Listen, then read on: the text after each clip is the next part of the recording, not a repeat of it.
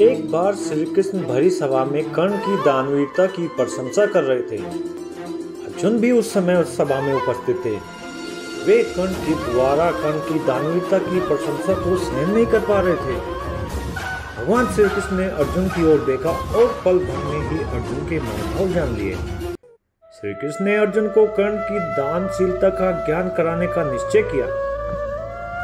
कुछ ही दिनों बाद नगर में एक ब्राह्मण की पत्नी का देवलोक गमन हो गया। ब्राह्मण अर्जुन के महल में गया और अर्जुन से विनती करते हुए कहा, धनंजय, मेरी पत्नी मर गई है।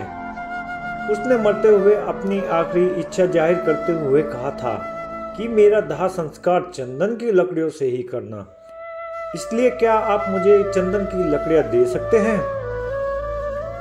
ब्राह्मण की बात सुनकर अर्जुन ने कहा, क्यों नहीं? और अर्जुन ने तत्काल कोषाध्यक्ष को तुरंत 25 मन चंदन की लकड़ियां लाने का आदेश दिया। परंतु उस समय ना तो भंडार में और न ही बाजार में चंदन की लकड़ियां उपस्थित थी। कोषाध्यक्ष ने आकर अर्जुन को सारी व्यवस्था सुनाई और अर्जुन के समक्ष चंदन की लकड़ियां न होने की असमर्थता व्यक्त की। अर्जुन ने भी ब्राह्मण को अपनी लाचारी बताकर उसको खाली हाथ भेज दिया। ब्राह्मण अब कर्ण के महल में पहुंचा और कर्ण से अपनी पत्नी की आखिरी इच्छा अनुरूप चंदन की लकड़ियों की मांग की।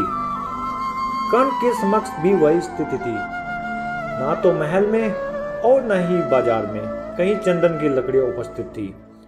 परंतु कर्ण ने तुरंत अपने कोषाध्यक्ष को महल में लगे चंदन के खंभे निकालकर ब्राह्मण को देने का आदेश दिया। चंदन की लकड़ियां लेकर ब्राह्मण चला गया और अपनी पत्नी का दाह संस्कार संपन्न किया।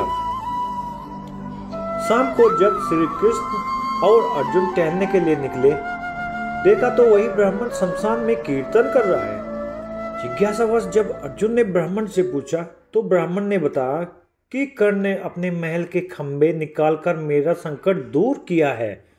भगवान उनका भला करे। यह देखकर भगवान श्री कृष्ण अर्जुन से बोले, हे अर्जुन, चंदन के खंभे तो तुम्हारे महल में भी थे, लेकिन तुम्हें उनकी याद नहीं आई। यह सुनकर अर्जुन लज्जित हो गए और उन्हें विश्वास हो गया कि क्यों कर्ण को लोग दानवीर कर्ण कहते हैं।